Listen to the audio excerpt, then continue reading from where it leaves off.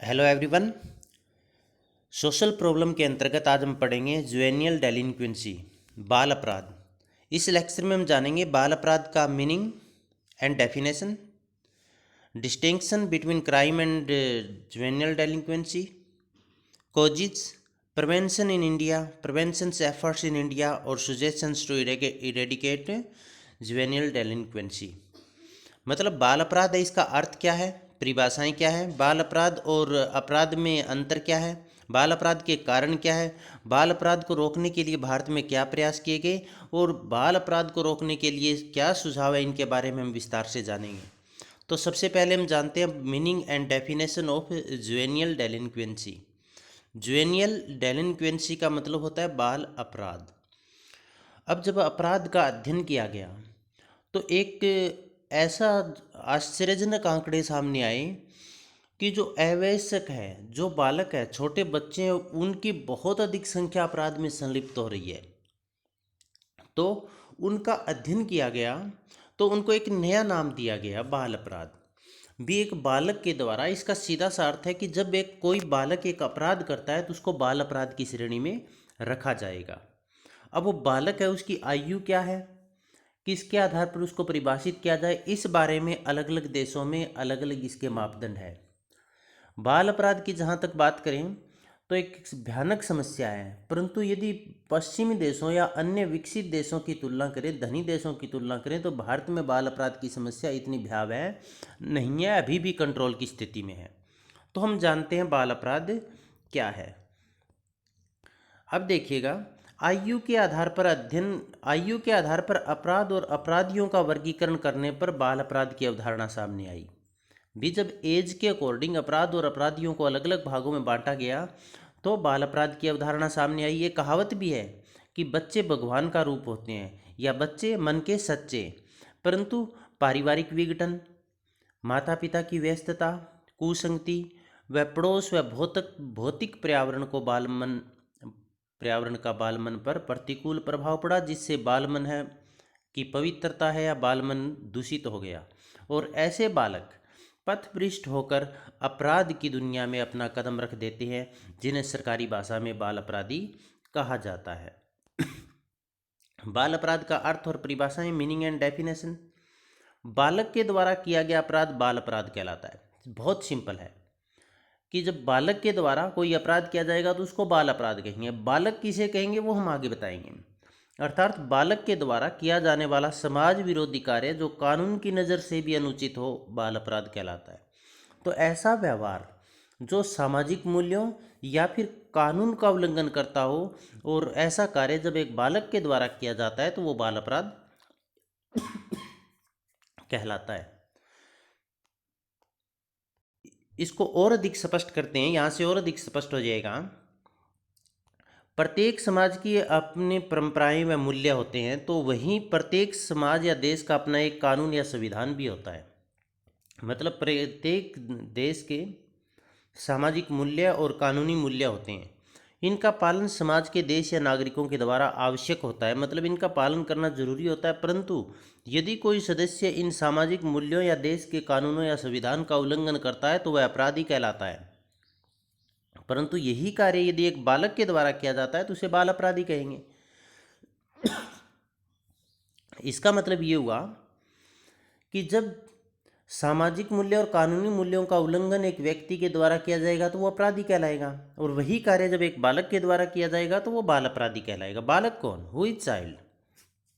बालक किसे माने, विभिन्न देशों में बालक की आयु का निर्धारण अलग अलग किया गया है, परंतु हम यहाँ पर भारत की बात करते हैं। बालक कौन है, बालक मानने का संबंध आयु से होने के कारण पुलिस अनुसंधान एवं विकास ब्यूरो, देखिए पुलिस अनुसंधान और विकास ब्यूरो है, इन्होंने बाल अपराधियों को 3 आयु समूह में बांटा है।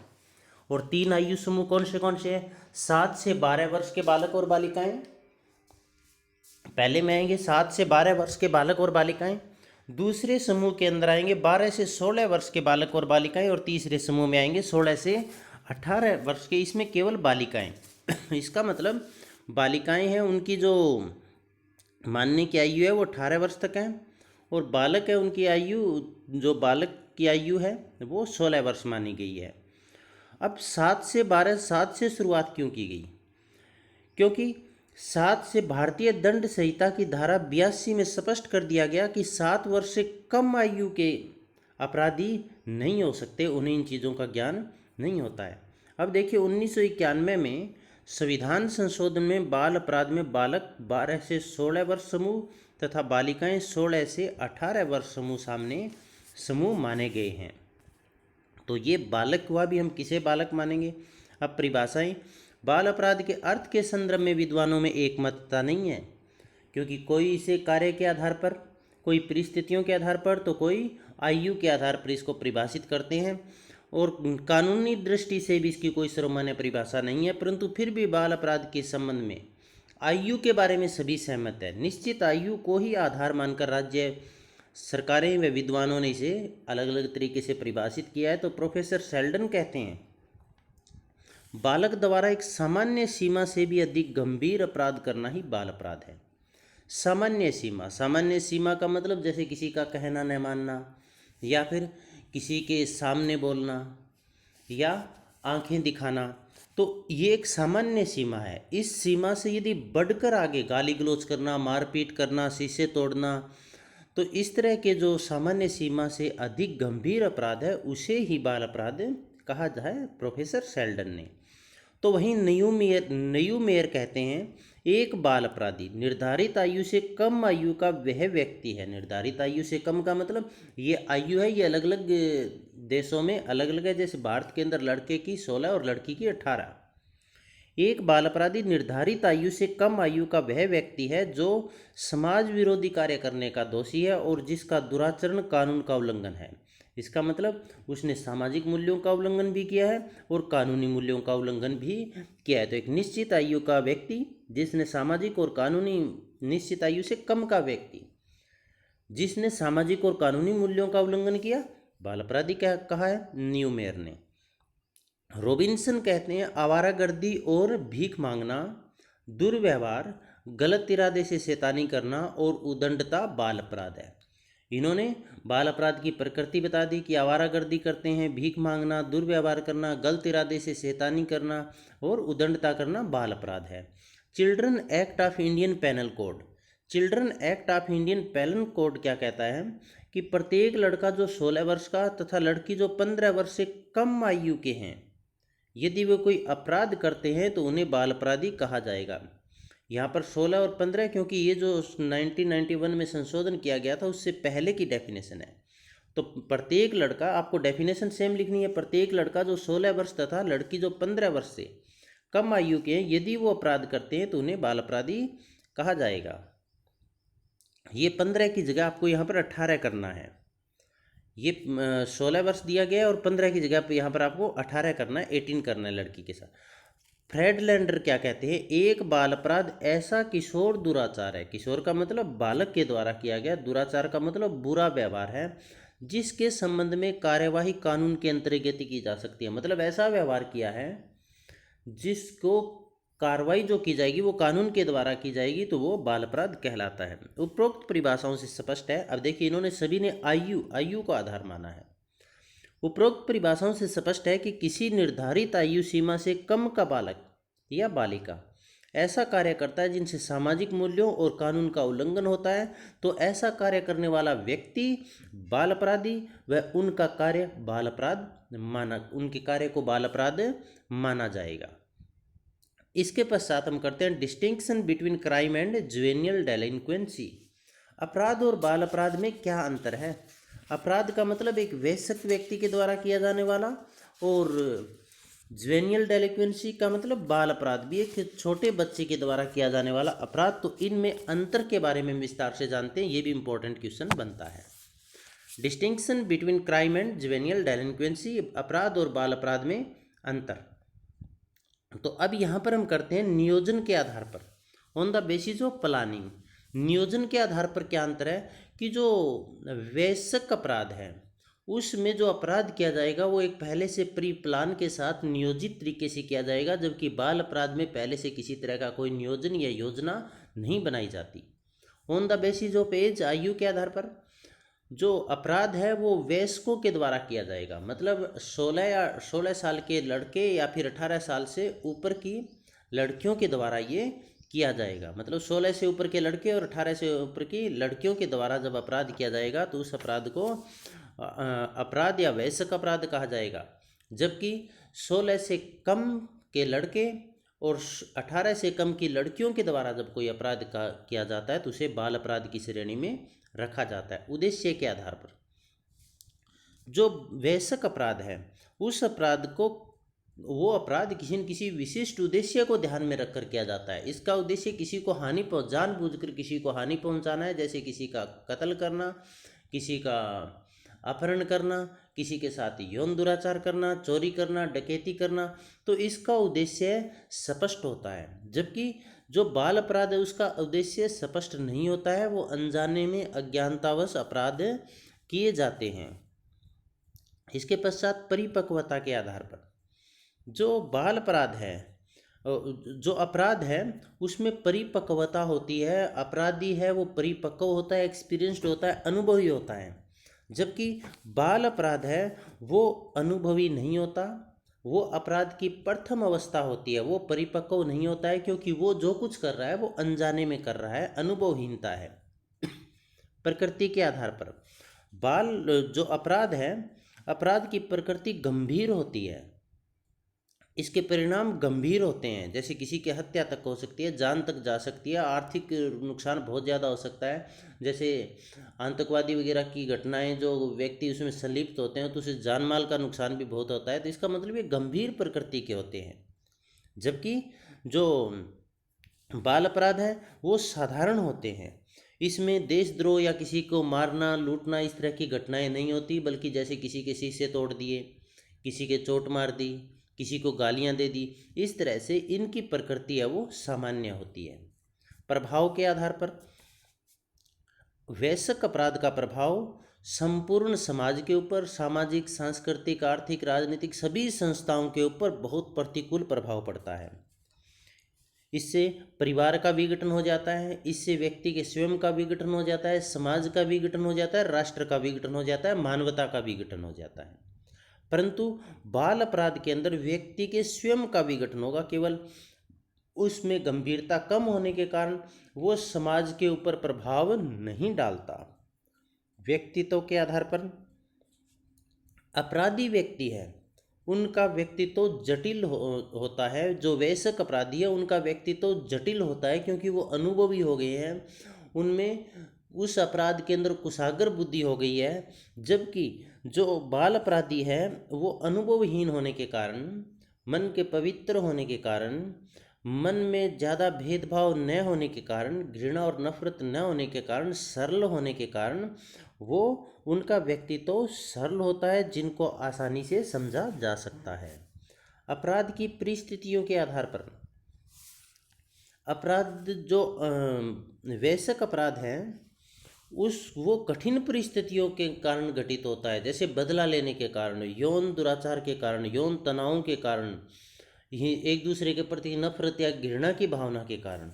जबकि बाल अपराध है वो तो केवल विघटन की अवस्था में होता है, वो चाहे पारिवारिक विघटन हो, चाहे कुसंगति हो, चाहे महत्वाकांक्षा हो, चाहे गंदी बस्तियां हो, इस तरह के विघटन की अवस्थाओं के कारण होता है।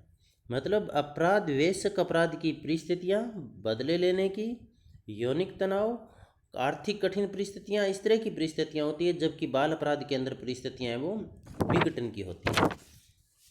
विघटन के सत्र के आधार पर देखिएगा, जो वयस्क अपराध है उसमें विघटन चरम सीमा के ऊपर होता है, बहुत ज़्यादा उसमें विघटन, मतलब इसमें व्यक्ति का स्वयं का पतन हो जाता है, उसके परिवार का पतन हो सकता है, पूरे समुदाय का पतन हो सकता है। परंतु जो बाल अपराधी है, बाल अपराध है उसमें विघटन की प्रारंभिक अवस्था होती है, क्योंकि उस समय व्यक्ति ने, बालक ने अपराध की दुनिया में कदम रखा है। तो इसका मतलब हम ये भी कह सकते हैं कि वयस्क अपराध में विघटन चरम सीमा पर होता है, जबकि बाल अपराध में विघटन प्रारंभिक अवस्था में होता है। पहचान के आधार पर अपराधी को पहचानना, वयस्क अपराध में अपराधी को पहचानना बहुत मुश्किल होता है। क्यों? वो अनुभवी है, उसका इसी अपराध में दिमाग चलता है, उसने जो अपराध किया वो पूरी योजनाबद्ध तरीके से किया है, तो उसको पहचानना बड़ा मुश्किल होता है। गहन छानबीन की जाती है उसको पहचानने के लिए। बाल अपराधी है वो सरलता से पकड़े जाते हैं क्योंकि उनका स्वभाव सरल होता है, निश्चल होता है, अनुभवहीन होता है, और वो किसी तरह की कोई योजना नहीं बनाते। क्यों नहीं बनाते? क्योंकि वो जो कुछ हुआ है उनसे वो अज्ञानतावश हुआ है, और जो वयस्क अपराधी है उन्होंने जो कुछ किया है वो जानबूझकर किया है, इरादे से किया है, उद्देश्य से किया है। छानबीन के आधार पर जो वयस्क अपराध है उस अपराध में गहन छानबीन की जरूरत पड़ती है, क्योंकि अपराधी है वो कुशाग्र बुद्धि होते हैं, उन्होंने योजनाबद्ध तरीके से काम किया है, और गहन छानबीन के अभाव में उनको पकड़ा जाना संभव नहीं है। जबकि बाल अपराधी है, बाल अपराध है, उसमें अपराधी को साधारण सी छानबीन से पकड़ा जा सकता है, क्योंकि उसमें उतना कुशाग्र बुद्धि या अनुभव नहीं होता, नहीं वो अपराध के लिए किसी तरह की कोई योजना बनाता है। कारण के आधार पर वयस्क अपराध के कारण जघन्य और खतरनाक होते हैं, जबकि अवयस्क अपराध हैं उसके कारण तो सामान्य से होते हैं, ज़्यादातर अज्ञानतावश या पारिवारिक कारण, पारिवारिक विघटन, इस तरह के कारण या संगति, इस तरह के कारण मिलेंगे। दंड के उपचार के आधार पर जो वयस्क अपराध है वो सुनियोजित तरीके से किए जाते हैं, और ये पूरे समाज को प्रभावित करते हैं, उस पूरे समाज को दूषित करते हैं।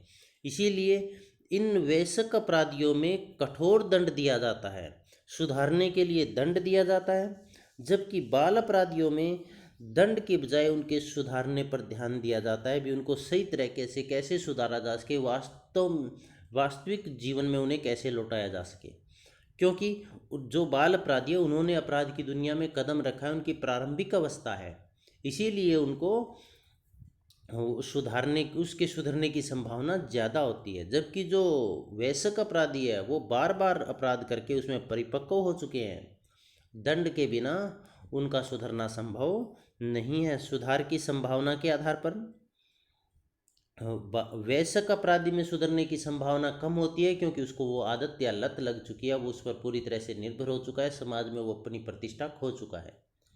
जबकि अवयस्क या बाल अपराधी है उन्होंने अभी उनकी प्रारंभिक अवस्था है, उन्हें समाज है वो आसानी से स्वीकार कर सकता है, और प्रारंभिक अवस्था होने के कारण अपराध की दुनिया में अभी तक न खोने के कारण उसके सुधरने की संभावना अधिक रहती है। सामाजिक प्रतिष्ठा के आधार पर वयस्क अपराधी है वो समाज के अंदर अपनी प्रतिष्ठा पूर्णतः खो चुका होता है, समाज उसे स्वीकार नहीं करता, क्योंकि समाज का वो पूरी तरह से विश्वास या भरोसा तोड़ चुका होता है। जबकि अवयस्क अपराधी है, बाल अपराधी है, उसने सब कुछ अनजाने में किया है, इसलिए समाज का दृष्टिकोण उसके प्रति सदैव सकारात्मक रहता है, समाज में उसकी प्रतिष्ठा उसे वापस हासिल हो सकती है। लाभ या हंसी के आधार पर वयस्क अपराध है वो लाभ के लिए किए जाएंगे, लाभ प्राप्त करने के लिए किए जाएंगे और दूसरे को हानि पहुंचाने के लिए किए जाएंगे। जबकि बाल अपराध है वो लाभ या हानि की दृष्टि से न देखकर हंसी मजाक के लिए भी किए जा सकते हैं, जैसे छोटे बच्चों के द्वारा रेलवे ट्रेन के ट्रैक के ऊपर पत्थर रखना, किसी के पत्थर मारकर शीशे तोड़ना, या किसी को पीछे से एकदम डराने से कोई हादसा हो जाना। इसका मतलब हुआ जो बाल अपराध है वो हंसी मजाक के उद्देश्य से किए जाते हैं, जबकि जो वयस्क अपराध है वो लाभ के लिए किए जाते हैं। ये काफ़ी इंपॉर्टेंट क्वेश्चन बनेगा। बाल अपराध किसे कहते हैं, अपराध और बाल अपराध में अंतर स्पष्ट कीजिए, या अपराध किसे कहते हैं, अपराध और बाल अपराध में अंतर स्पष्ट कीजिए। तो आप इसको अच्छी तरह से एक्सप्लेन कीजिएगा। इसके पश्चात कोजेज ऑफ चाइल्ड डेलिंक्वेंसी, चाइल्ड डेलिंक्वेंसी है, इसके कारण क्या है, बाल अपराध क्यों होता है। तो देखिएगा इसको अलग अलग भागों में बांटा है। पहला इसका कारण पारिवारिक कारण, व्यक्ति बालक है वो सबसे ज़्यादा अपने परिवार के अंदर रहता है, और परिवार को प्रथम पाठशाला माना जाता है। तो परिवार के अंदर व्यक्ति बालक का जैसा समाजीकरण होगा, जैसा परिवार का माहौल होगा, जैसे परिवार के बड़े बुजुर्ग होंगे, बाल मन है वो उन्हीं की नकल कर करके वैसा ही सीखेगा। कहा भी गया है कि अपराध नकल से सीखे जाते हैं, इसका मतलब दूसरों को देख देख कर अपराध सीखे जाते हैं। तो परिवार का माहौल यदि अच्छा है तो बच्चा उस परिवार के लोगों को देखकर अच्छी चीज़ें सीखेगा, उनका स्वस्थ समाजीकरण होगा। परंतु यदि परिवार का माहौल नकारात्मक है, टूटा हुआ है, संघर्षशील, तनाव वाला और अपराधी प्रवृत्ति का है, तो बच्चा उनकी नकल करके वैसी ही चीज़ें सीखेगा, उनका समाजीकरण वैसे ही होगा। तो पहला है फैमिलियल कॉजेज। तो इसके अंदर सबसे पहले हम लिखें टूटे परिवार, ब्रोकन फैमिलीज। टूटे हुए जो परिवार हैं, छिन्न भिन्न जो परिवार हैं, वो अपराध को बढ़ाने में महत्वपूर्ण भूमिका निभाते हैं। अब परिवार कैसे टूटते हैं? पति पत्नी के बीच में तलाक हो जाने के कारण, किसी एक की मृत्यु हो जाने के कारण, या पति पत्नी दोनों की मृत्यु हो जाने के कारण परिवार टूट जाता है।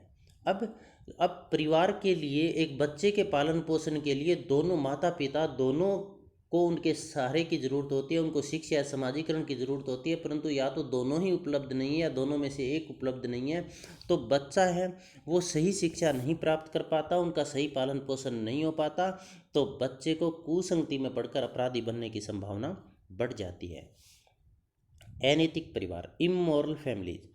यदि परिवार है वो अनैतिक है, अनैतिक का मतलब हो गया परिवार के सदस्य जुआ खेलने का काम करते हैं, शराबखोरी का काम करते हैं, नशा बेचने का काम करते हैं, वेश्यागमन करते हैं, या परिवार के सदस्य, कोई सदस्य वो वेश्या का कार्य भी करता है और अपने बच्चों को साथ में रखता है, तो इन चीज़ों का बच्चे के मन के ऊपर, बाल मन के ऊपर बुरा प्रभाव पड़ता है और उनके अपराधी बनने की संभावना बढ़ जाती है।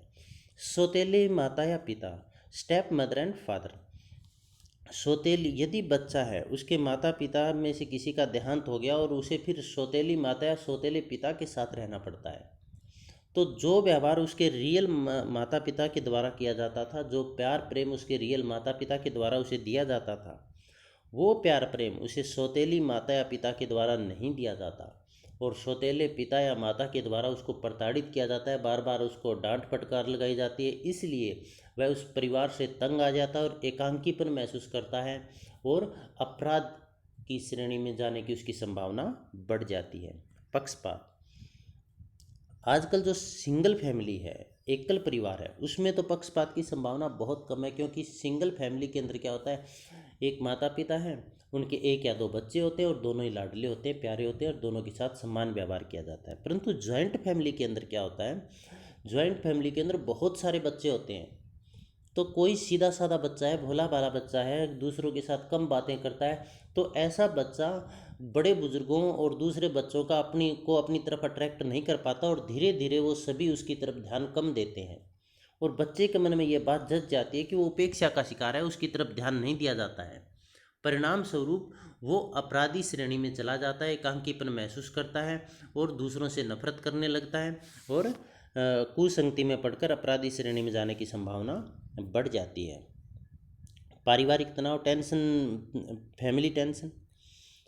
परिवार के अंदर ये तनाव यदि तनाव रहता है, माता पिता के बीच में झगड़े चलते रहते हैं, माता पिता के बीच में मनमुटाव चल रहा है, कभी माता पिता को, कभी पिता माता की पिटाई कर रहा है। अब मान लीजिए पिता ने माता की पिटाई की, तो माता फिर अपना गुस्सा कहाँ निकालेगी, वो बच्चे की पिटाई करेगी, बच्चे को डांटेगी। तो इससे क्या होता है, ये जो पारिवारिक तनाव है, इससे बच्चे के ऊपर बुरा प्रभाव पड़ता है और बच्चा जो है, क्योंकि परिवार के अंदर जो प्यार प्रेम था, जो समरसता थी, वो नहीं रहती, तो बच्चा फिर अकेला महसूस करने लग जाता है और जब बच्चा अकेला महसूस करेगा और बच्चे के ऊपर परिवार का नियंत्रण भी नहीं रहेगा, क्योंकि माता पिता से तो अपना झगड़ा ही नहीं सुलझ रहा है, तो नियंत्रण के अभाव में और एकांकीपन के कारण, प्रेम के अभाव में बच्चे को एक घुटन सी महसूस होती है और वो फिर धीरे धीरे अपराध की दुनिया में, अपराध के दलदल में फंस जाता है। परिवार की व्यस्तता, बिजनेस ऑफ द फैमिली। यदि परिवार के सदस्य व्यस्त हैं, माता पिता दोनों ही वर्किंग में हैं, दोनों ही जॉब कर रहे हैं, क्योंकि माता पिता बच्चे के भविष्य को सुरक्षित करने के लिए अधिक से अधिक पैसा कमाना चाहते हैं, अधिक से अधिक उसे भौतिक सुख सुविधाएं देना चाहते हैं, अच्छे स्कूल में पढ़ाने के लिए उसके लिए पैसे कमा रहे हैं, दोनों बहुत ज़्यादा बिजी हैं, तो बच्चा किसके पास रहेगा, घर में नौकरों के पास रहेगा, television, video game, internet, mobile phone, comics आदि के सहारे अपना टाइम पास करेगा, उन्हीं के सहारे वो रहेगा। तो जो घर में माता पिता का उसका साथ मिलना चाहिए था, वो साथ उसे नहीं मिलता और माता पिता के साथ या माता पिता के पास बच्चे के साथ बातचीत करने के लिए टाइम ही नहीं है, तो बच्चा इन जो मोबाइल, इंटरनेट आदि मशीनों में उलझ जाएगा, तो जिससे बच्चे के ऊपर बुरा प्रभाव पड़ेगा, क्योंकि इससे बच्चे का उचित समाजीकरण नहीं हो सकता, उसे अच्छी संस्कार, अच्छी नैतिक शिक्षा नहीं मिल पाती। तो बच्चा है वो धीरे धीरे बाहरी दुनिया में कुसंगति में पड़ सकता है, अपराधियों के टच में आ सकता है, ड्रग के एडिक्ट हो जाते हैं, झूठ बोलते हैं, चोरी करते हैं, लड़कियों के साथ अभद्र व्यवहार करते हैं, यौन शोषण करते हैं, इस तरह के अपराधों में वो फिर शामिल हो जाते हैं। परिवार में अनुशासन की कमी, यदि परिवार में अनुशासित नहीं है माता पिता, या फिर पिता का माता पर, माता का पिता के ऊपर बहुत ज़्यादा अनुशासन है, बहुत ज़्यादा पाबंदी है, या बच्चे के ऊपर बहुत ज़्यादा पाबंदी है, या बिल्कुल भी पाबंदी नहीं है, अनुशासन में संतुलन नहीं है, तो उससे यदि बहुत ज़्यादा दबाव है तो दबाव में आकर बच्चे का विकास नहीं हो पाएगा उसका। दूसरी तरफ गलत तरीके पर या पथ भ्रष्ट होने की संभावना बढ़ जाएगी, वो विरोधी बालक बन सकता है। इसके अलावा यदि उसको पूरी छूट है, कुछ भी नहीं कहा जाता, बिल्कुल भी नियंत्रण नहीं है, तो भी वो उस अधिक स्वतंत्रता का लाभ उठाकर भी अपराधी बन सकता है। तो परिवार में अनुशासन की जो कमी है वो भी इसके अंदर लिए जिम्मेवार है। इसके पश्चात हम करते हैं सामाजिक व आर्थिक कारण, social and economic factors of child delinquency. अस्वस्थ मनोरंजन के साधन, अनहेल्दी मीन्स ऑफ एंटरटेनमेंट। अब मनोरंजन हम क्यों करते हैं? ताकि हमारे दिन की थकान दूर हो, माइंड फ्रेश हो, और साथ में कुछ ना कुछ सीखने को भी मिले, कुछ शिक्षा भी मिले। परंतु होता यह है कि जो मनोरंजन के साधन है वो स्वस्थ नहीं है, वो धार्मिक नहीं है, वो शिक्षाप्रद नहीं है। आज बच्चा मनोरंजन कहाँ से करता है? वो मोबाइल फ़ोन से करता है, वो इंटरनेट से करता है, वो अपने दोस्तों के साथ अश्लील चैटिंग करके करता है, वो पोर्न वीडियो या मूवीज़ देखकर वो अश्लील अपना मनोरंजन करता है, अश्लील साहित्य देखता है। इसके साथ साथ जो टीवी सीरियल्स देखता है उसमें भी अश्लीलता फूडपन बहुत ज़्यादा है। साथ साथ में टीवी सीरियल में अपराधी बनने के तरीके भी बताए जाते हैं, अपराध से बचने के तरीके भी बताए जाते हैं। जैसे मान लीजिए सीआईडी नाटक कोई देख रहा है, तो वो सीआईडी नाटक है, उससे दुनिया को क्या मैसेज जा रहा है, भी एक अपराध किस तरह से किया जाए और उससे कैसे बचा जाए। मूवी फिल्मों के अंदर हम देखते हैं तो यही उसमें दिखाया जाता है, अपराध की घटनाएं उसमें दिखाई जाती है, कैसे अलग अलग तरीके से लोग अपराध करते हैं। तो ये जो अस्वस्थ मनोरंजन के साधन है, इसका बाल मन के ऊपर बुरा प्रभाव पड़ता है और वो इस दलदल में फिर फंस जाता है। बैड कंपनी, बुरी संगति का भी बालक के ऊपर बहुत ज़्यादा प्रभाव पड़ता है। अब बालक घर के अंदर रहा, परिवार के अंदर रहा, परंतु अपनी आवश्यकताओं, शैक्षणिक या विभिन्न आवश्यकताओं या पूर्ण समाजीकरण के लिए उसे परिवार छोड़कर बाहर निकलना पड़ता है। और जब परिवार से बाहर निकलता है, स्कूल के दोस्त मिलते हैं, स्कूल का माहौल मिलता है, टीचर्स मिलते हैं, और वहाँ पर पड़ोस मिलता है। यदि ये पड़ोस, ये स्कूल के टीचर, ये स्कूल के स्टूडेंट्स, उसके साथी, यदि इनकी संगति बुरी है, ये नशे के आदी है, ये वेश्यागमन करते हैं, ये विभिन्न अपराधों में शामिल हैं, तो बच्चा जब इनकी संगति में शामिल होगा तो बच्चा भी फिर अपराधी बन जाएगा। कहा भी जाता है कि कंपनी डज इफेक्ट। इसका तात्पर्य ये है कि बच्चे का जैसा पड़ोस है बच्चा वैसा ही बनेगा। यदि बच्चे के दोस्त नशा करते हैं तो बच्चा नशा ही करेगा।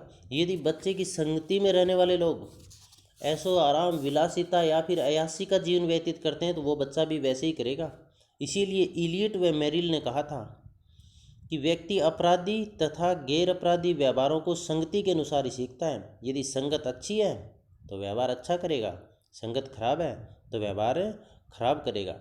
और उन्होंने, बहुत सारे विद्वानों ने ये भी कहा था कि बच्चे के पड़ोसी यदि झगड़ालू है तो बच्चा झगड़ा करना ही सीखेगा, उसके मित्र नशा करते हैं तो बच्चा नशा ही सीखेगा, यदि स्कूल में उसके सहपाठी शिक्षक अभद्र हैं तो वो ये अभद्रता ही सीखेगा। तो इसका मतलब क्या हुआ? जैसी संगत वैसा रंगत। गंदी बस्तियां, स्लम एरिया, औद्योगिकरण के कारण, नगरीकरण के कारण और शहरों के अंदर जनसंख्या बढ़ी, परंतु नियोजन के अभाव में उस जनसंख्या के रहने सहने की उचित व्यवस्था नहीं की गई। और उचित व्यवस्था नहीं होने के कारण जो श्रमिक वर्ग थे, जो गरीब वर्ग के लोग थे, उन्होंने एक बस्ती बनाकर, झुग्गी झोंपड़ी बनाकर वहाँ पर रहना शुरू कर दिया, जहाँ पर न तो पानी निकासी की व्यवस्था है, न बिजली की व्यवस्था है, न ही वहाँ पर मनोरंजन के कोई साधन अवेलेबल है, क्योंकि जगह तो वहाँ पर है ही नहीं, बाल पार्क है ही नहीं। तो वो बच्चे फिर गलियों में घूमते हैं, आवारा घूमते हैं, आवारागर्दी करते हैं, इधर उधर घूमते हैं, गंदी बस्तियों के अंदर अनैतिक कार्य भी शुरू हो जाते हैं, बच्चे उनको भी देखते हैं। और उनको देखने के पश्चात क्या होता है कि बाल मन पर उनका बुरा प्रभाव पड़ता है और वो संगति में पड़ जाते हैं, बुरी संगति में पड़ जाते हैं और अपराध की तरफ चले जाने की संभावना बढ़ जाती है। इसके पश्चात है निर्धनता। निर्धनता एक महत्वपूर्ण कारक है बच्चों के अपराधी प्रवृत्ति में बनने का, क्योंकि निर्धनता के कारण बच्चे हैं, माता पिता अपने बच्चे का उचित पालन पोषण नहीं कर पाते, उनको उचित शिक्षा नहीं दिला पाते, और फिर यदि उसको किसी स्कूल में एडमिशन करवा भी दिया जाए तो उसके जो साथी है, उच्च घराने के लोग हैं, उसकी मजाक उड़ाते हैं और धीरे धीरे करके बच्चे के अंदर हीन भावना आने लग जाती है, एकाकीपन महसूस करता है और वो अपराध की श्रेणी में चला जाता है। मूल्यों में भ्रम। कई बार बच्चों के सामने दो मूल्य आ जाते हैं, एक अच्छा मूल्य और एक गलत मूल्य। वो किस मूल्य की तरफ जाए, तो वहाँ पर वो लाभ देखता है। यदि वो लाभ वाले अच्छे बुरे को न देखकर लाभ को देखने लग जाए तो उसको अपराध की श्रेणी में उसके जाने की संभावना बढ़ जाती है। जैसे मान लीजिए बच्चा मेले में गया और मेले में उसने देखा कि एक बांसुरी वाले से दो बच्चे बांसुरियाँ खरीद रहे हैं। एक बच्चे ने बांसुरी खरीदी और पैसे देकर वहाँ से बांसुरी वाले को पैसे देकर चला गया। एक और बच्चा है, उसने बांसुरी ली उससे और भीड़ का फ़ायदा उठाकर वैसे ही भाग गया बिना पैसे दे। अब जो तीसरा बच्चा देख रहा था उसके सामने मूल्यों में भ्रम पैदा हुआ, भी मैं इसे पैसे देने चाहिए या भीड़ का फ़ायदा उठाकर बांसुरी लेकर मैं सीधा ही भाग जाऊँ। अब वो यदि अच्छे बुरे कौन से इस मूल्य को समझेगा तो वो पैसे देकर जाएगा, परंतु यदि उसने लाभ वाला मूल्य देख लिया तो वो भीड़ का फ़ायदा उठाकर वैसे ही भागेगा और ये उसकी अपराध की दुनिया में पहला कदम होगा जो उसे अपराधी बनने की ओर आगे बढ़ाएगा। धन की अधिकता। केवल गरीबी ही बाल अपराध का कारण नहीं है। एक्सेसिव मनी, बहुत ज़्यादा यदि धन है तो वो भी अपराध का कारण बनती है। कैसे? यदि धन बहुत ज़्यादा है, माता पिता ने बच्चों को पूरी छूट दे रखी है, उन पर किसी तरह का कोई नियंत्रण नहीं है, तो ऐसे बच्चे महंगे महंगे फ़ोन रखेंगे, अच्छे जूते पहनेंगे, अच्छे कपड़े पहनेंगे, लड़कियों के साथ आवारागर्दी करेंगे, उनके साथ गाली गलौज करेंगे, उनका यौन शोषण करेंगे, सहपाठियों के साथ मारपीट करेंगे, नशे का सेवन करेंगे। तो इस तरह की बुरी आदतें उनमें पनप जाती है जो कि एक तरह के अपराध हैं और धीरे धीरे फिर वो इन चीज़ों की उनको आदत लग जाती है। कहा भी जाता है इन बच्चों के बारे में कि बड़े घरों की बिगड़ेल औलाद, इस तरह के वर्ड यूज किए जाते हैं। वो इसीलिए कि धन तो इनके पास बहुत है, लेकिन उसके ऊपर समाज का, माता पिता का, परिवार का नियंत्रण नहीं है, जिसके कारण वो अपराधी बनते हैं। माताओं का नौकरी पर जाना। Working mothers. माताएं जब नौकरी पर जाती है, काम पर जाती है, तो उसका भी बच्चों पर प्रतिकूल प्रभाव पड़ता है, क्योंकि बच्चों के समाजीकरण में, उसके संस्कार देने में, उसके अच्छे गुणों का संचार करने में माता का बहुत मुख्य भूमिका होती है। क्योंकि बालक है वो माता की बात सबसे अधिक मानता है, उसे सबसे अधिक प्रभावित होता है और उसे एक आदर्श भी मानता है। इसीलिए बोगार्ड्स ने कहा था कि जब माताएं प्रतिदिन घर से बाहर रहती है तो निश्चय ही परिवार का संगठन बिगड़ता है और बच्चे बर्बाद होते हैं। इसके पश्चात हम पढ़ते हैं पर्सनल कॉजेज कौन से हैं, व्यक्तिगत कारण कौन से हैं। शारीरिक व मानसिक दोष। शारीरिक व मानसिक दोष का तात्पर्य ये होता है कि बच्चा कई बार शारीरिक रूप से अपंग होता है, विकलांग होता है, और कई बार ये होता है उसकी मेमोरी पावर भी कम होती है। शारीरिक रूप से यदि विकलांग है तो दूसरे बच्चे उसका मजाक उड़ाते हैं। जैसे कोई बच्चा हकलाता है, किसी को एक आंख से दिखाई नहीं देता है या कोई पाँव से ठीक तरह से चल नहीं पाता है, तो दूसरे बच्चे जब उसका मजाक उड़ाते हैं तो वो उन बच्चों से नफरत करने लग जाता है। उसके अंदर एक हीनता की भावना पैदा हो जाती है, एक बदले की भावना पैदा हो जाती है और इस तरह से वो एक अपराधी बन जाता है।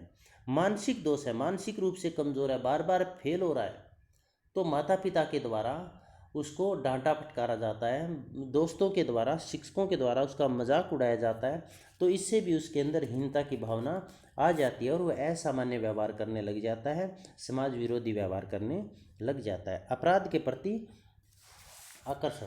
अपराध के प्रति आकर्षण का मतलब ये होता है कि कुछ बच्चे ऐसे भी होते हैं जिनके घर का माहौल सही है, संस्कार भी अच्छे हैं, परंतु वो अपराध या अपराधियों से अट्रैक्ट होते हैं, अपराध की घटनाओं को बड़ी बारीकी से देखते हैं और उनके प्रति जल्दी आकर्षित हो जाते हैं और वो भी वैसा करने की सोचते हैं, तो वो अपराधी बनने की संभावना उनमें अधिक होती है। संवेगात्मक अस्थिरता, इमोशनल इंस्टेबिलिटी। कुछ विद्वान ये भी कहते हैं भी संवेगात्मक अस्थिरता है वो भी बाल अपराध का कारण है, क्योंकि कुछ बच्चों में इच्छाएं और मानसिक इच्छाएं और आकांक्षाएं बहुत ज़्यादा होती है, और यदि उन बच्चों की इच्छाएं और आकांक्षाएं पूरी ना हो तो वो हर हाल में उनको पूरा करना चाहते हैं, चाहे उसके लिए उन्हें गैर कानूनी या गैर सामाजिक कार्य ही क्यों न करना पड़े।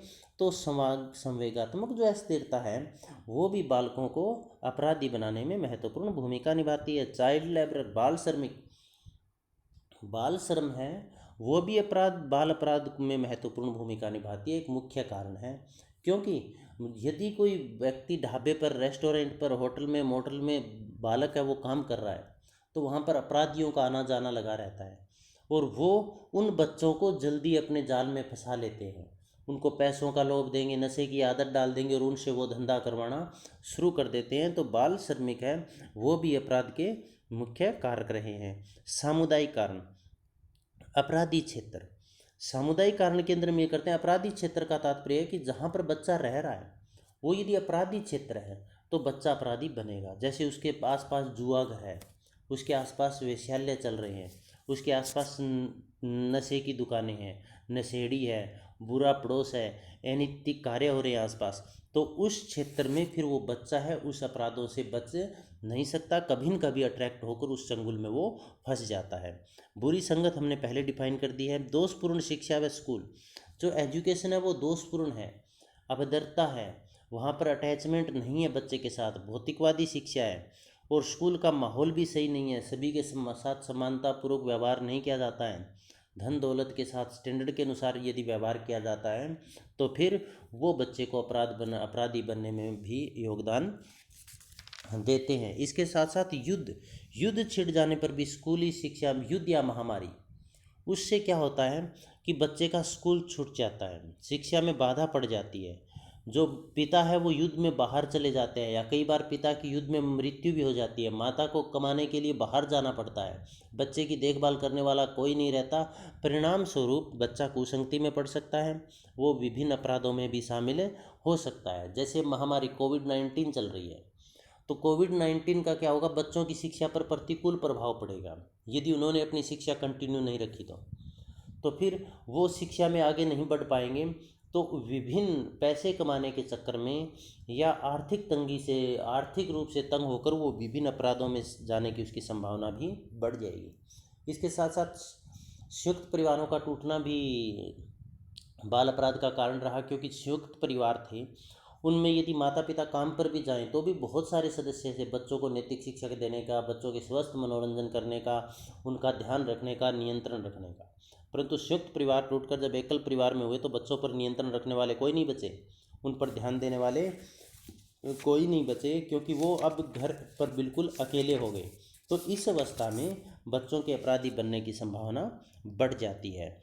Prevention of juvenile delinquency in India, भारत में बाल अपराध का निवारण करने के लिए क्या क्या प्रयास हैं उनके बारे में हम जानते हैं। प्रिवेंशन ऑफ जुवेनियल डेलिंक्वेंसी इन इंडिया, पहला है बाल न्याय अधिनियम और बाल न्यायालय।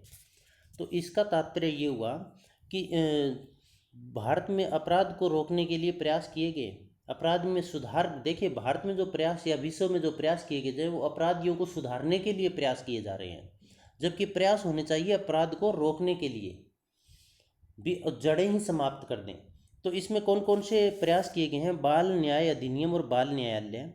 भारत में 1920 से ही बाल अधिनियमों का क्रियान्वयन करना प्रारंभ हो गया था। बाल न्याय अधिनियम का मतलब बालकों को न्याय दिलाने के लिए नियम या कानूनों की व्यवस्था करना।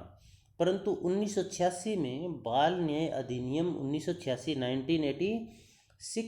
अधिनियम पारित किया गया और इस अधिनियम को संपूर्ण देश में लागू कर दिया गया।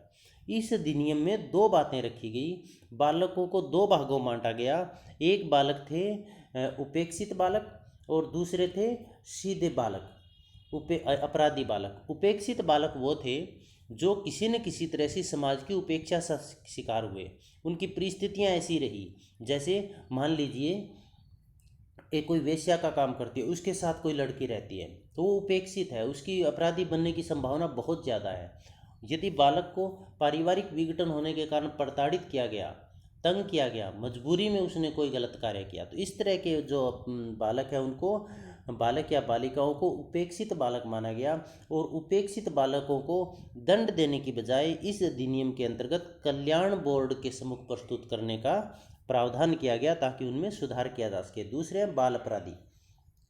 इस अधिनियम के अनुसार 16 वर्ष जो बालक लड़के हैं उनकी आयु 16 वर्ष से कम और लड़कियों की आयु 18 वर्ष से कम के अपराध करने वाले को इसमें दंडित करने का प्रावधान किया गया। भारत का प्रथम बाल अपराध न्यायालय 1922 में कलकत्ता में स्थापित किया गया। अब जो बाल न्याय अधिनियम या बाल न्यायालय थे, अब इसकी खास बात क्या है, इनमें व्यवस्था क्या गई। नंबर 1, इसकी जो न्यायाधीश होगी वो महिला होगी, क्योंकि महिला है वो बच्चों के प्रति अधिक प्रेम रखती है। दूसरी बात, कोई भी पुलिस वाला है वो वर्दी पहनकर उनको बाल न्यायालय में आने की इजाज़त नहीं है। तीसरी बात, यदि उन बच्चों के बारे में कोई छानबीन या जांच करनी है तो वो एकदम से गुप्त रूप से की जाती है, वो जांच है वो गुप्त रूप से की जाती है। और इस न्यायालय ने कोई भी दंड दिया है उसको दूसरे न्यायालय में उसका रेफरेंस नहीं दिया जा सकता और दूसरे न्यायालय का जो निर्णय है वो उससे प्रभावित नहीं होता, क्योंकि इसका उद्देश्य बालकों को सुधारना है। तो ये बाल न्याय अधिनियम 1920 से क्रियान्वयन है, परंतु भारत में बाल न्याय अधिनियम 1986 पारित किया गया, जिससे संपूर्ण देश में इसकी आयु भी निर्धारित कर दी गई, बाल न्यायालय क्या होते हैं ये भी बता दिया गया। इसके पश्चात सुधार गृह, रिमांड होम्स, रिफॉर्मेटरी होम्स।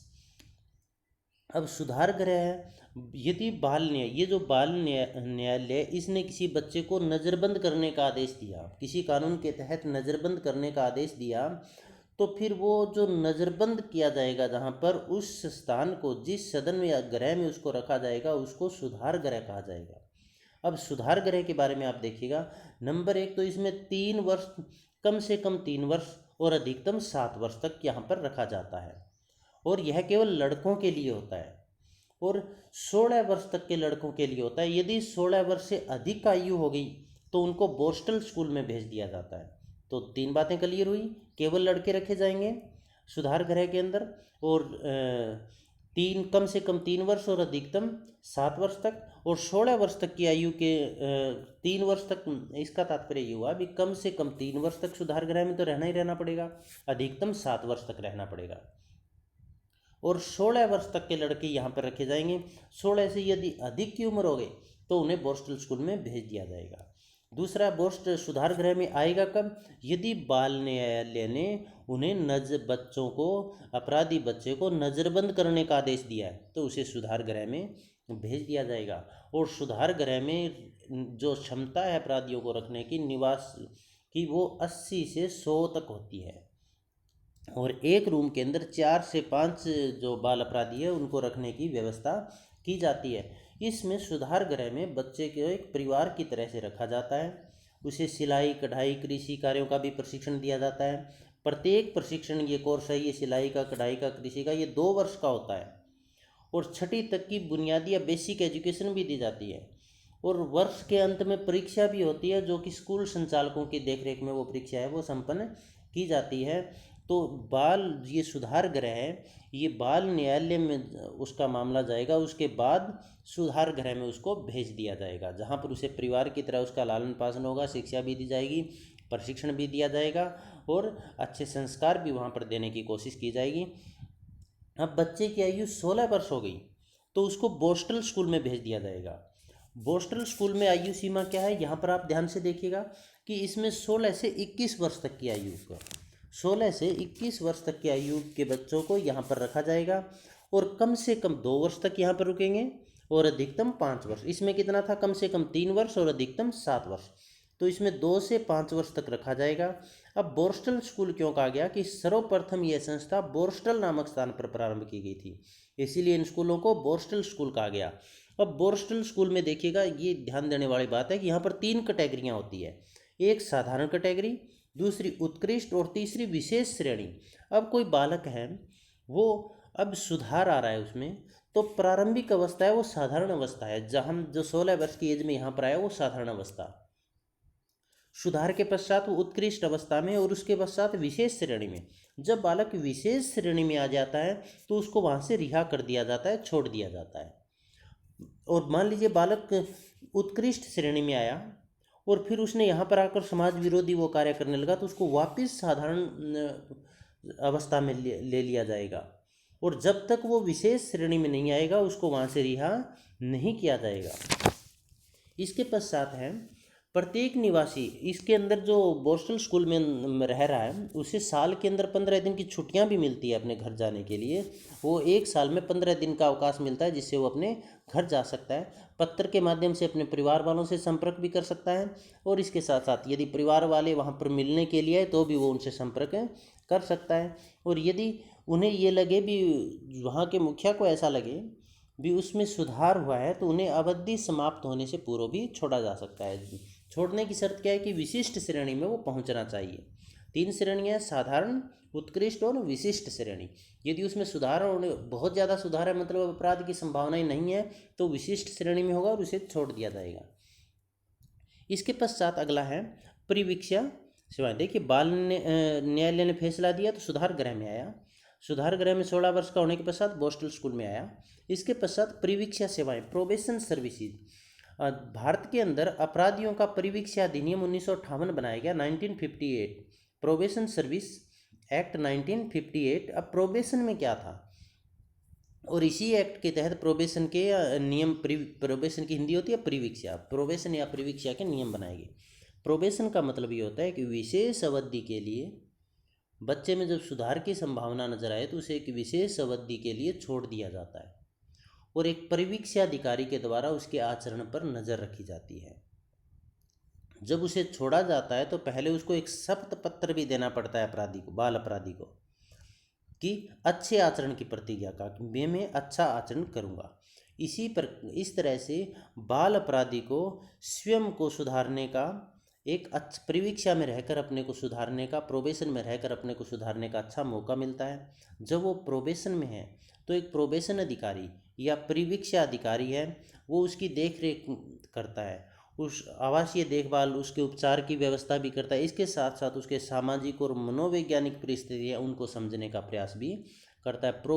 परिवीक्षा सेवाओं का मतलब ये हो गया, अपराधी का आचरण जब ठीक नजर आए बाल अपराधी का, तो उसको प्रोबेशन पर छोड़ दिया जाता है। प्रोबेशन अधिकारी के द्वारा उसकी निगरानी की जाती है, मतलब बालक को स्वयं सुधरने का मौका मिलता है।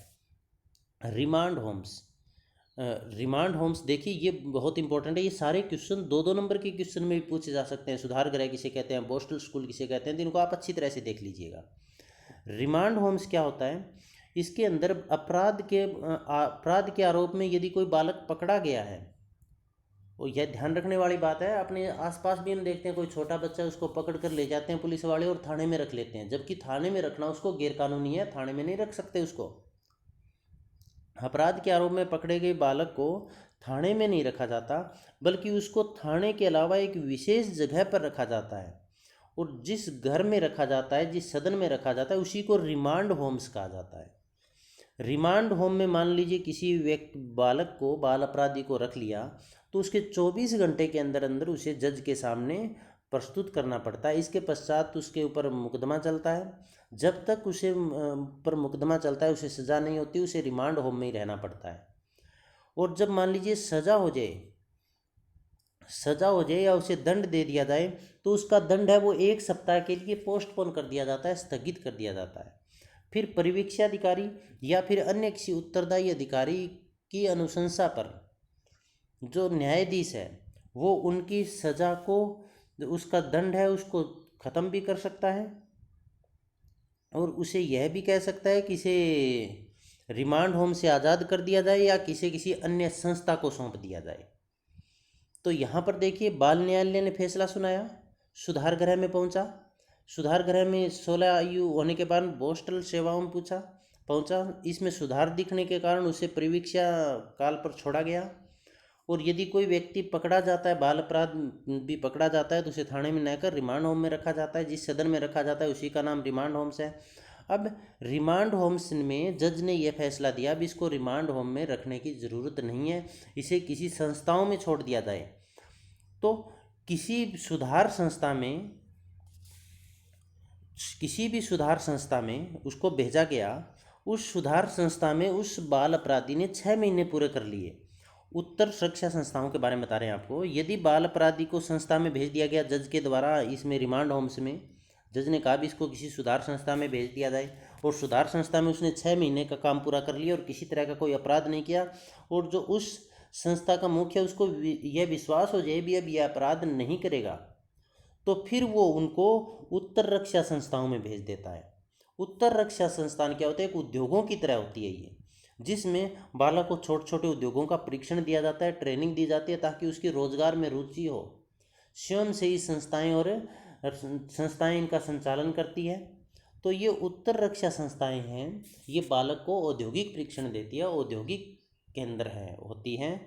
जब इस यहाँ पर भेजा कब जाएगा? जब संस्था, जिस संस्था में रिमांड होम्स के न्यायाधीश ने जिस संस्था में उसको भेजा है, उस संस्था के मुखिया को यह विश्वास हो जाए कि इन बच्चों में अब अपराध की संभावना नहीं है, तो उन्हें उत्तर रक्षा संस्थाओं में भेज दिया जाता है, जो औद्योगिक प्रशिक्षण की संस्थाएं हैं।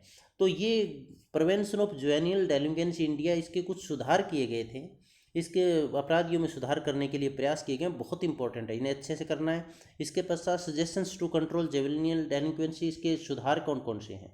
बाल अपराध नियंत्रण हेतु सुझाव, इसमें पहला है बच्चों का उचित पालन पोषण। बच्चों का पालन पोषण उचित होना, जो इसके कारण किए थे हमने, उसके अंदर उन कारणों को यदि हटा देंगे तो उनके शोषण से मुक्ति हो सकती है। बच्चों का पालन पोषण उचित होना चाहिए। इसमें माता पिता को चाहिए कि वो भौतिक वस्तुओं की कमाई की बजाय अपनी संतान की तरफ ध्यान दें, क्योंकि उसकी भविष्य की जो सबसे महत्वपूर्ण प्रॉपर्टी है वो उनके बच्चे हैं।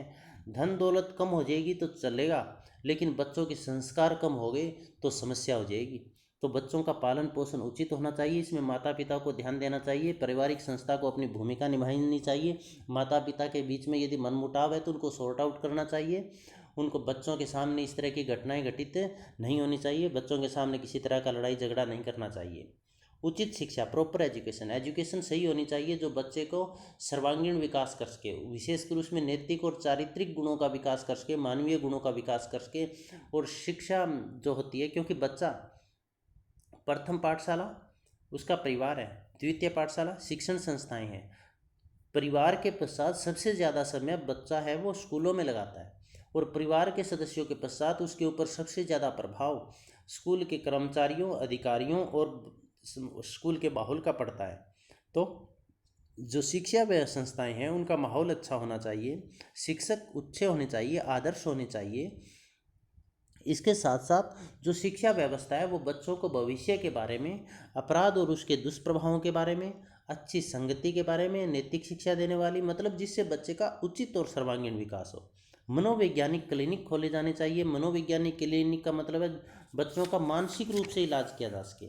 मानसिक रूप से इलाज करने का तात्पर्य ये है कि बच्चे यदि मानसिक रोगी हैं तो उनको उसके बारे में बताया जा सके, भी उसका इलाज किया जा सके, क्या प्रॉब्लम है मानसिक रूप से उनका पता लगाया जा सके। स्वस्थ मनोरंजन के साधन, healthy means of recreation, TV serial हो चाहे कहीं भी हो, मनोरंजन के साधन ऐसे होने चाहिए जिसमें अपराध की घटनाएं न दिखाई जाए, अपराध के तरीके न बताए जाए।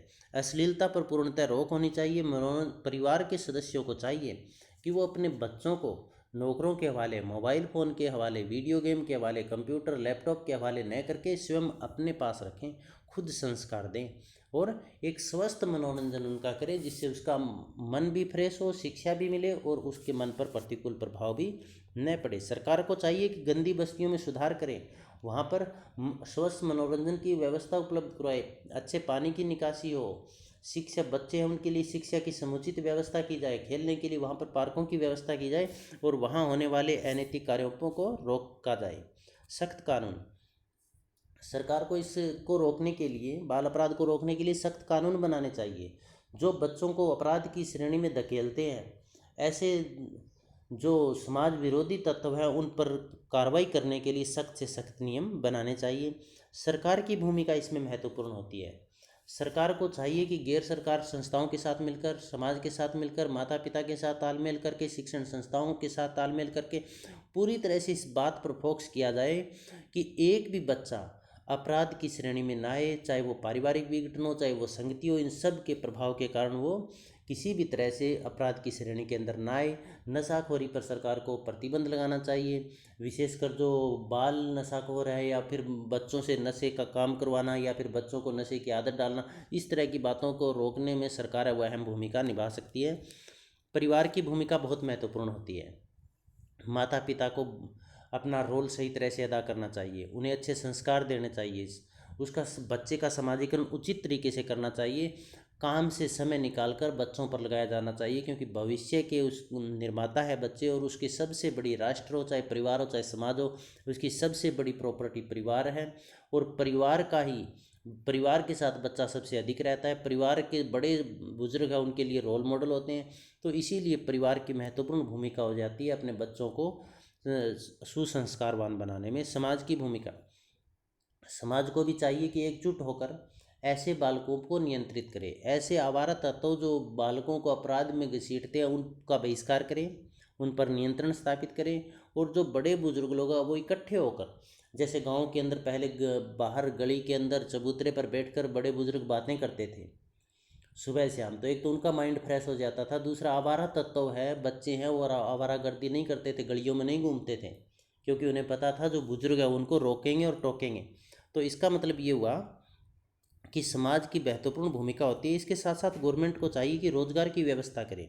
रोज़गार की व्यवस्था करने का तात्पर्य ये है कि जो छोटे बच्चे हैं या गरीब लोग हैं उनके लिए रोज़गार की व्यवस्था करे, ऋण की व्यवस्था करे, उन्हें ट्रेनिंग दे, गवर्नमेंट और प्राइवेट जॉब में उनकी भागीदारी सुनिश्चित करे, जिससे गरीबी के कारण इस तरह के अपराध न बढ़े। गैर सरकारी संस्थाओं, नॉन गवर्नमेंट ऑर्गेनाइजेशन, इनकी महत्वपूर्ण भूमिका होती है।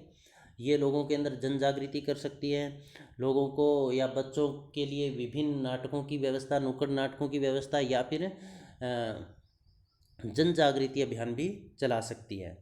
नशीले पदार्थों पर पूर्णतः रोक होनी चाहिए, विशेषकर जैसे स्कूल, कॉलेज, शिक्षण संस्थाएं या फिर बालकों से संबंधित जो भी संस्थाएं हैं उन संस्थाओं के आसपास नशीले पदार्थों पर रोक होनी चाहिए। और जो वयस्क बच्चे हैं उनसे जैसे बीड़ी, सिगरेट, इस तरह की चीज़ें मंगवाना, इनको बेचना अपराध तो बना दिया गया, लेकिन इनको सख्ती से लागू करना चाहिए ताकि ये बच्चे नशे से दूर रहें। पुलिस की महत्वपूर्ण भूमिका होती है। पुलिस को तो पुलिस लगाती है, लेकिन अपराधियों को पुलिस को कंट्रोल करना चाहिए, उसको नियमित रूप से गश्त लगानी चाहिए, आवारा इस तरह से घूमने वाले बच्चों को समझाना चाहिए, उनको डर दिखाना चाहिए, भय दिखाना चाहिए। मतलब पूरी तरह से तन्मयता के साथ इसको रोकने का प्रयास पुलिस भी कर सकती है, सरकार भी कर सकती है। तो यह जो कार्य है ये किसी एक व्यक्ति से न होकर पूरे समाज से सामूहिक प्रयास के द्वारा और दृढ़ इच्छा शक्ति से इसको रोका जा सकता है। अभी भी भारत के अंदर बाल अपराध की जो स्थिति है वो नियंत्रण में है। यदि अभी जागरूक न होया गया, इस पर ध्यान नहीं दिया गया, तो स्थिति भयावह हो सकती है। सेल्फ असेसमेंट सेशन में हम क्वेश्चन करते हैं, तो इसमें क्वेश्चन आ सकता है बाल अपराध क्या है। 2 नंबर का, बाल अपराध के कोई 2 कारण, सुधार गृह किसे कहते हैं, रिमांड होम्स किसे कहते हैं, परिवीक्षा समय क्या है। तो इसके बारे में हमने बताया था, जो हमने प्रिवेंशन एक्ट किए थे इंडिया के अंदर, उसमें से कोई भी क्वेश्चन 2 नंबर का आ सकता है। बाल अपराध की आयु क्या है, बालक बालिकाओं की दोनों की आपको इसमें लिखनी है। रिमांड होम्स क्या है। बाल अपराध का अर्थ बताते हुए अपराध व बाल अपराध में अंतर स्पष्ट करें। इंपॉर्टेंट क्वेश्चन है।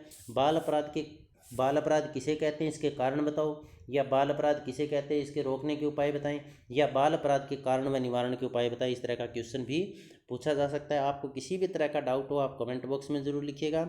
आप सबका बहुत बहुत धन्यवाद।